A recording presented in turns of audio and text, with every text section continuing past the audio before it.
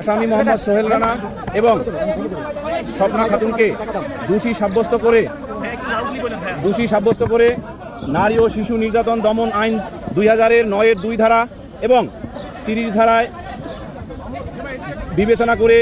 মাননীয় ট্রাইব্যুনাল তার স্বীয় ডিসক্রিশনে উভয় আসামিকে মৃত্যুদণ্ডে দণ্ডিত করেছেন। একই সাথে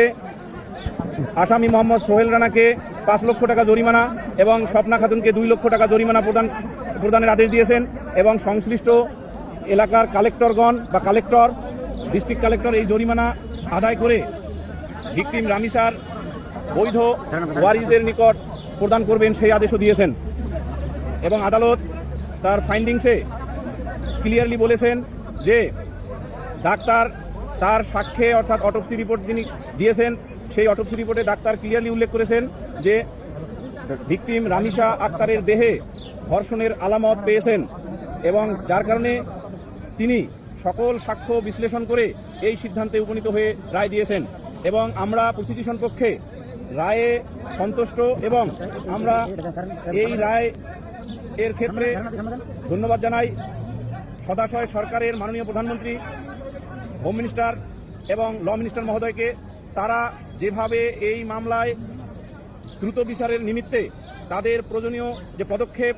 ছিল সেটা করেছেন জন্য আমরা রাষ্ট্রপক্ষে উপস্থাপিত সাক্ষীদের সাক্ষ্য যথাযথভাবে রেকর্ড করতে পেরেছি এবং এই রেকর্ড করার জন্য আমরা যে উপস্থাপন করেছি মাননীয় ট্রাইব্যুনাল তাহা রেকর্ড করে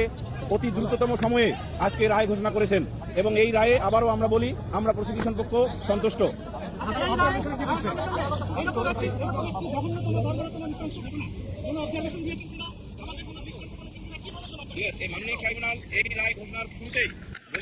এমন বিচার সবই দেখেছি,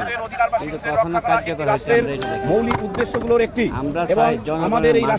রাষ্ট্রেরও মৌলিক উদ্দেশ্যগুলোর একটি হলো আমাদের যে ভবিষ্যৎ প্রজন্ম শিশুদের রক্ষা করা। সেই শিশুদের কোনো শিশুর মধ্যে যদি এই ধরনের ন্যাক্কারজনক অপরাধ সংঘটিত হয় তার ক্ষেত্রে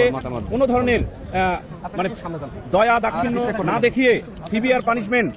দিতে হবে এবং তারই নিরিখে মাননীয় ট্রাইব্যুনাল তার স্বীয় বিবেচনায় এবং তার নিজস্ব জুরিসডিকশনে এই মৃত্যুদণ্ডে দণ্ডিত করেছেন উভয় আসামিকে।